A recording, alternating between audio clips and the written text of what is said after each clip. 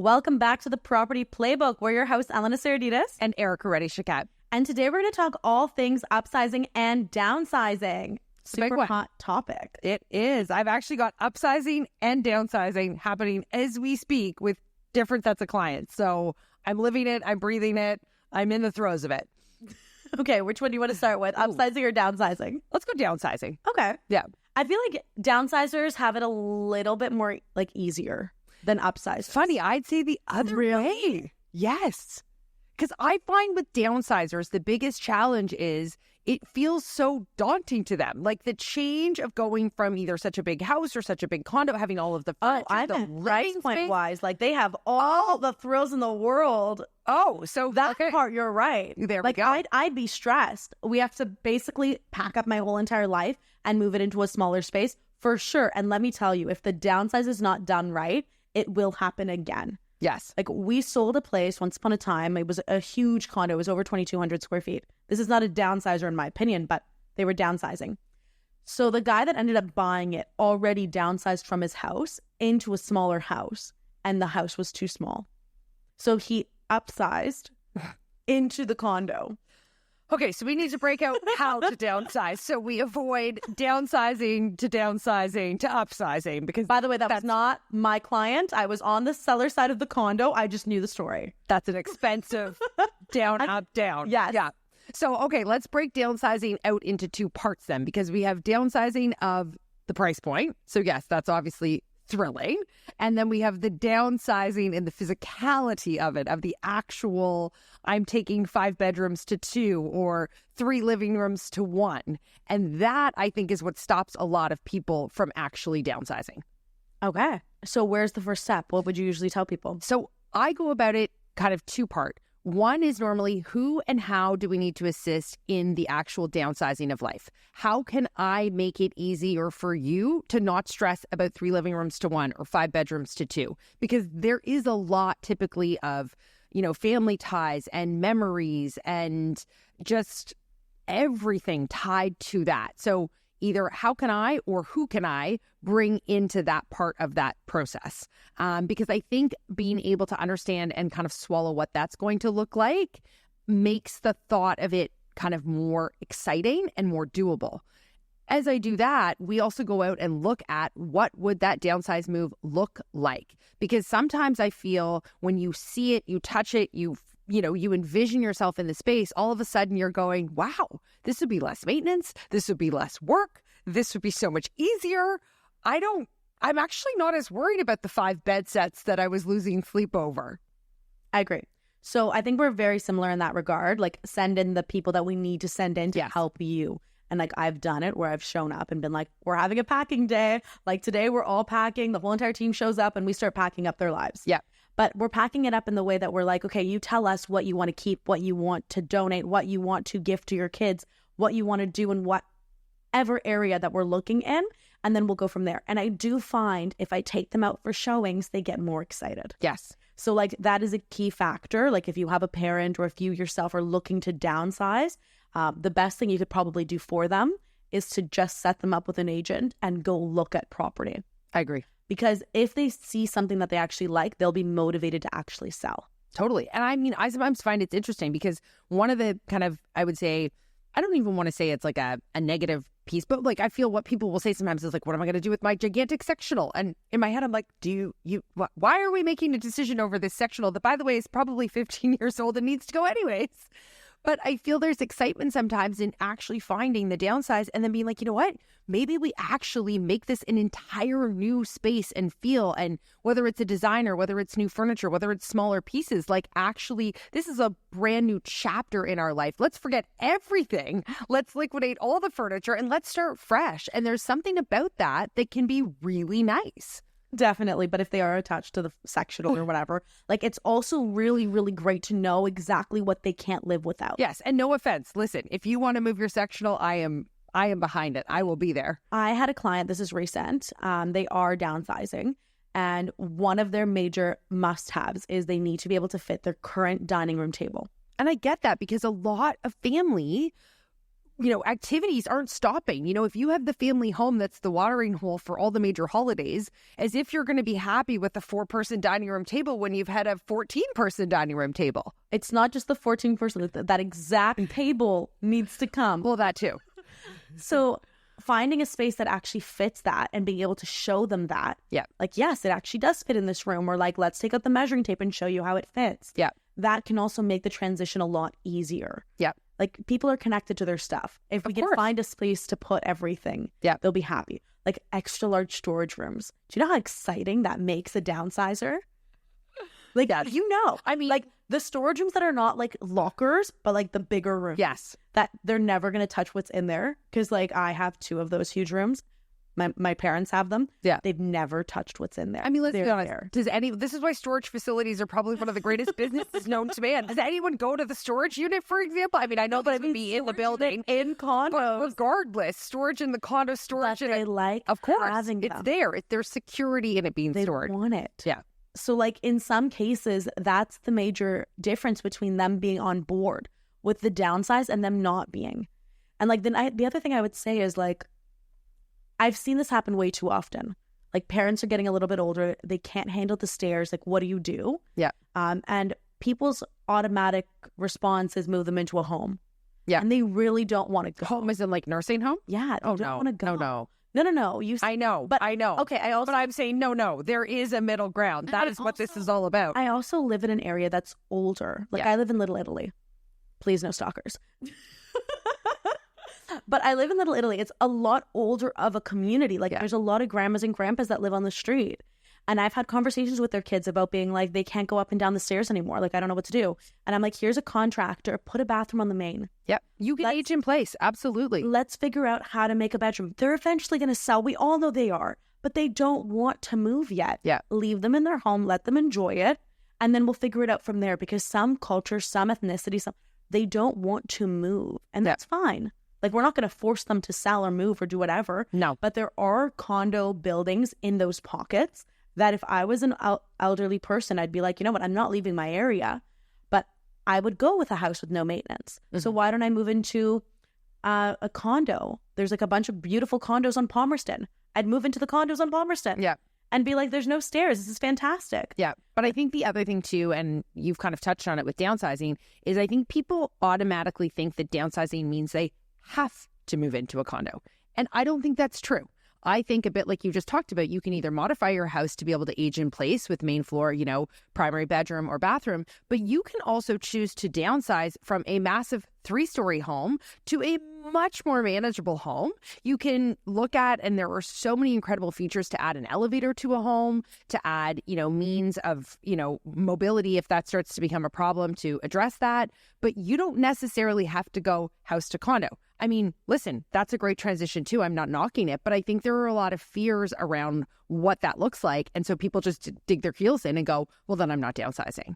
And there's ways to downsize and avoid the condo if that's something that you're after too. Yeah. And there are places that, for example, like they're main floor units. Yes. And the main floor has some outdoor space. So you might be into that, but they still have a security guard that can look after you. Like if they need something, they're there.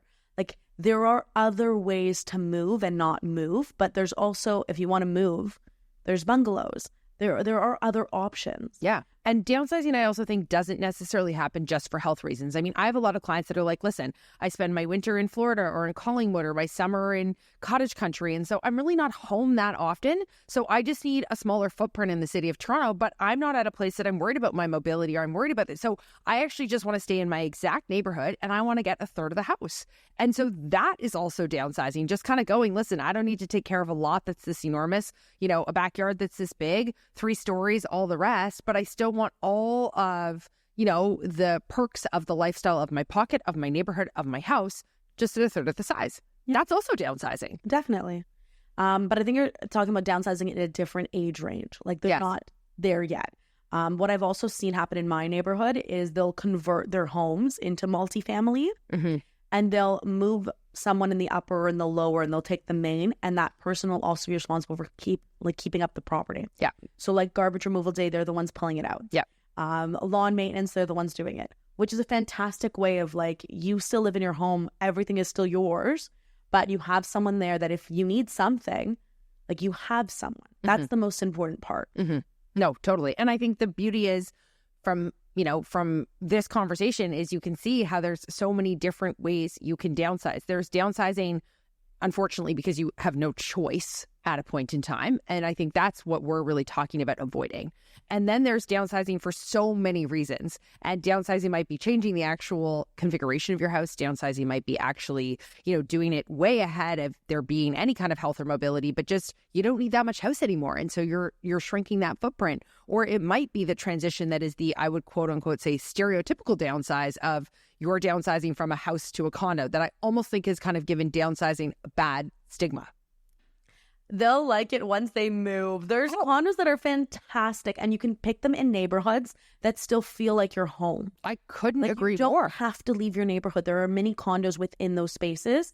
The other option is like if you don't want to go straight retirement home, which most people don't want to do, there are condos that are for elderly people.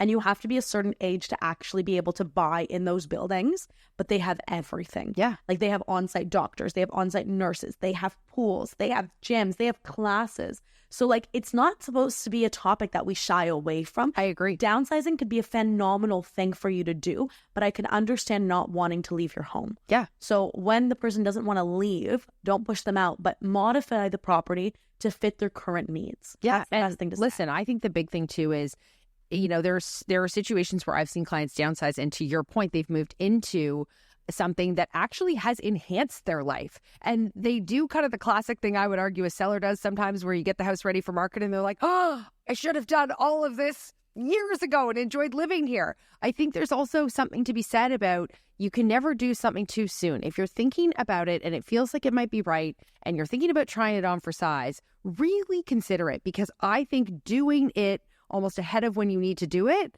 is probably going to put you in a place where you can really enjoy the downsize and have it enhance your life versus it be something that you're forced to do because you didn't get ahead of it. You said a key thing too, trying it on for size. And I've had a client, there's actually one right now that's doing this. They are living in a different section of the city. They have a house and they're thinking of transitioning from a house to a condo in the beaches. So they're going from house in the Scarborough to condo in the beaches, two completely different neighborhoods, two completely different style of homes. So she's renting for the year. She decided she's going to leave her house as is. She does not want to fill it. So she has a tenant in the basement. She's going to leave the upstairs for herself. Me always jumping out of my seat. She's going to leave the upstairs for herself. And she's going to move into this condo in the beaches and see if she likes it. And after the year is up, she's going to decide whether she's going to buy there or whether she wants to move back. I love it. She's trying it early. Yeah. And this was the conversation. She's like, I don't know if I'm ready. Yeah. I don't want to let go. And we said, why don't you just try it? Yeah. Just sit there, see how it goes. You have the means to be able to do this, which is fantastic. Not everyone does have that. But go move in and see if you like it. I love that. And listen, I think if you have the means to do something like that, I mean, anytime you move in the real estate market, it's a massive, massive, massive decision, lifestyle change, commitment, everything. So if you can try it on for size, I mean, I think that's a phenomenal idea. And listen, even if you couldn't try it on for size in the duration of, say, a year, there's always the ability to kind of take that idea and shrink it. And maybe you end up doing an Airbnb of some sort and go, okay, maybe the beaches is the pocket I want to try. Or all my kids and my grandkids are in Roncy. Let's try Roncy on for size. You could do some type of short-term rental to start to really see yourself in that neighborhood and what would that look like and what would you want to be walkable to. And I love that. I think that's incredible. And that's a factor. What do you want to be walkable to? Yeah. Because whenever you're picking a location, especially for downsizers, like they don't want to leave the neighborhood that they've built. Of course. So walkability, what is nearby, where am I going to get groceries? Those are all deciding factors. So for them to be able to try it on for size, to be able to like walk around the area, to see where they would get groceries, to see if they like the coffee shops, that's going to make a huge difference in the transition. Absolutely. Because you can all of a sudden envision your new life. So let's flip the switch. Upsizers. Yes. It's a little bit more of a fun topic, would you say? I think so. Yeah, Well, I think fun in so. different ways, but I agree. upsizers are always it's always fun to see them in their next stage of life. Yeah. So they're having kids. Maybe they're bringing parents into their home now too. Like there are things that upsizers are doing that's a more fun experience. Yeah, I agree. I think with you, the upsize is typically like, I've had a baby and I've got another baby on the way, or, to your point, we've decided that we're going to bring our parents into the throw. And so we're talking about a really cool, combination of a property because we want a laneway house. And like, just there's some really, I would think, I know there's some really fun cutting edge ideas out there. And there's also some really typically exciting life changes that happen around an upsize. Not that the downsize doesn't have exciting changes, but they both do. But it's always fun to see where people are going in their lives. And I think why we get so excited with upsizers is because we've seen them through their transition. Yes. Usually the downsizers we get later on in their real estate experience. Exactly. But the upsizers, we probably put them in their first property. Yes. They probably got married knowing us and we moved them into their marital home. Then all of a sudden they had a kid and we're there for all these magical life moments. Yes. And I know this sounds crazy. I sound like I'm about to say rainbows and butterflies. I was in the front row of the wedding. I was, I was there. I flew out. I was there. Yeah. No, I absolutely love being there for the milestones. Yes. Nothing makes me happier than when my clients call me and say they got a promotion or they're having a baby or that, something happens that's phenomenal in their lives. I couldn't agree more. It gets me so excited for them. Yeah. Or I love the call, and I get it quite often where, I've sold them that mid-house like you talked about. And, in that time, 5 years ago, I said to them, listen, you're not going to believe me now, but you're going to call me in 5 years and tell me that you've outgrown the home and you're pregnant or you've got the second baby and there's just not enough space. And I love when I get the call and go, Erica, do you remember that time when you told us this in the living room of the house that you were so right? And I'm like, I don't care to be right.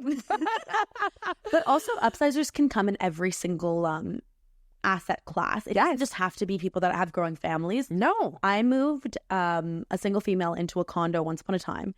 And I remember her being like, I'm going to be here for 5 to 10 years. And I'm being like, no, you're not.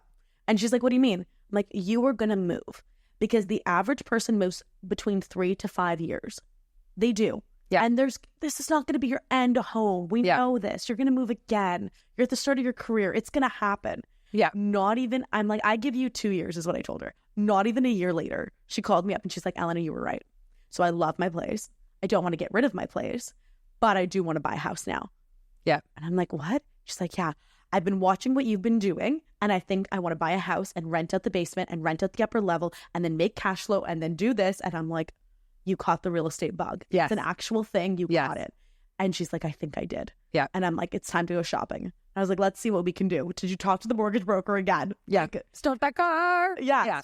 No, but it's an exciting conversation. Yeah. Like, we're in one of those industries that what we do can help people gain financial freedom or build generational wealth. And I think that's a huge, amazing thing that we could possibly be doing. It's not just about selling the property and upsizing it. It's what if we kept the property and upsized? Absolutely. Like, how do we set yourself up for the future? How do we set up your kids for the future? Yeah. So there are so many exciting factors of upsizing. Yeah. And that's why it gets me excited. No, and you make such a great point. Upsizing doesn't just mean that you're one kid with one on the way or that you're like the, I would call it like in the box upsizing that is very, I don't want to say like kind of predetermined. It's inevitably going to happen. But I agree with you. I think there are so many other incredible ways where it is, climbing the property ladder. It is financial freedom. It is some of these massive milestones where it's so exciting to be on that journey of somebody that is setting up generational wealth or is able to hold their first property to be able to buy their second property and upsize in the market while, building the wealth in that entire kind of pool of real estate. So it's incredible. And I think it's one of those things where it also brings about a lot of change. I think the thing to also note at upsizing is sometimes that is making a massive change in the actual location. So depending on how that drives your decision, whether you're actually moving east to west, whether you're moving closer to family, whether you're moving for school district, there's a lot of things I find that shape the upsize move and make it different from maybe the first move that you did or the first purchase that you made. Definitely. And I think once you're in that upsizing mentality, you've already bought a property before. Yeah. So you know what you're kind of looking for now, which is a fantastic thing to know what you want now. Yeah. But again, if you want if you want a type of property or a certain location, there's certain sacrifices that will have to be made. Mm-hmm. And that's in every price point, in every category. It's price, location, must-have list. Yeah. Pick. Yeah. So if you want that house, but you want a certain square footage and you can't get that certain square footage in your budget in your location, then what has to give? Location. Yeah. So, or you get a smaller house, but you get it in the location that you want. Yeah. What I would always tell people, whether they're upsizing or downsizing, is location is the most important factor. Oh, because for you sure. cannot move the house. You No. can renovate the house, but you cannot move it. Yeah. I know everybody says location, location, location. And location is so true. It's actually interesting. I was chatting with a friend the other day, and he's in the process of selling his own home. And he literally said, he was like, when I bought it, I knew the location was going to be an issue, but it didn't matter to me because blah, blah, blah, blah, blah. But now as I go to sell it, I'm realizing that location is hurting me more than I ever realized it was going to hurt me. And that goes back to that point of location. I think if you're sitting in a situation as a buyer where you're rationalizing something to yourself, that is typically a sign to think really long and hard about whether you want the future buyer of that home to be making the same type of rationalization when they go to buy. And I think the next thing that I should ask is, when do you know it's time to upsize? Like, what are you starting to think about? How do you know it's your time? Yep. Because you just did this. You just upsized. I did just upsize. I am this person. Yeah. And again, listen, we stayed in our, our first home for a really long time. When we bought our first home together, my husband and I, we bought something that was way bigger than we needed at the time, but we wanted to have maximum runway in the property. And we knew that the property was going to sustain us through kind of, major chapters in our life. And I can remember when we bought it, so many people were like, what are you guys doing? Like, this is crazy. And I was like, no, but I'm trying to really pack a lot of time and a lot of life milestones in. But now, to your point, we've hit the threshold of, okay, we are making a move for education, for our daughter, for our family's growing needs. It's a massive lifestyle transition that we're doing that's really shaped around the next, 10 to 15 years of our life. And so we didn't take that decision lightly. And I mean, some of you have heard parts of the search on the show. It took a long time. I mean, from starting to get our property ready for market last fall. So we're talking September, October, to actually buying and, being in our new home. We're closing in May, and then, actually getting into it shortly thereafter. It's been, how many months is that? I can't count that quickly. A lot of time. And so that's the thing. These things don't come without time, big decisions. I shed a lot of tears. I'm in the industry, and I shed a lot of tears of fear and unknown and uncertainty because they're big, big milestones. So I think we just gave a spoiler alert. This will be one of the episodes. We are going to talk about Erica's home buying experience because this one was a challenging one. Yeah. And we might even bring the sellers on. Yes. So we can talk about the whole process. Yes. But I think that concludes our upsizing, downsizing episode. It's Elena Saradides and Erica Reddy-Shakad. And this was Property Playbook. If you like content like this, make sure to like, follow, and subscribe.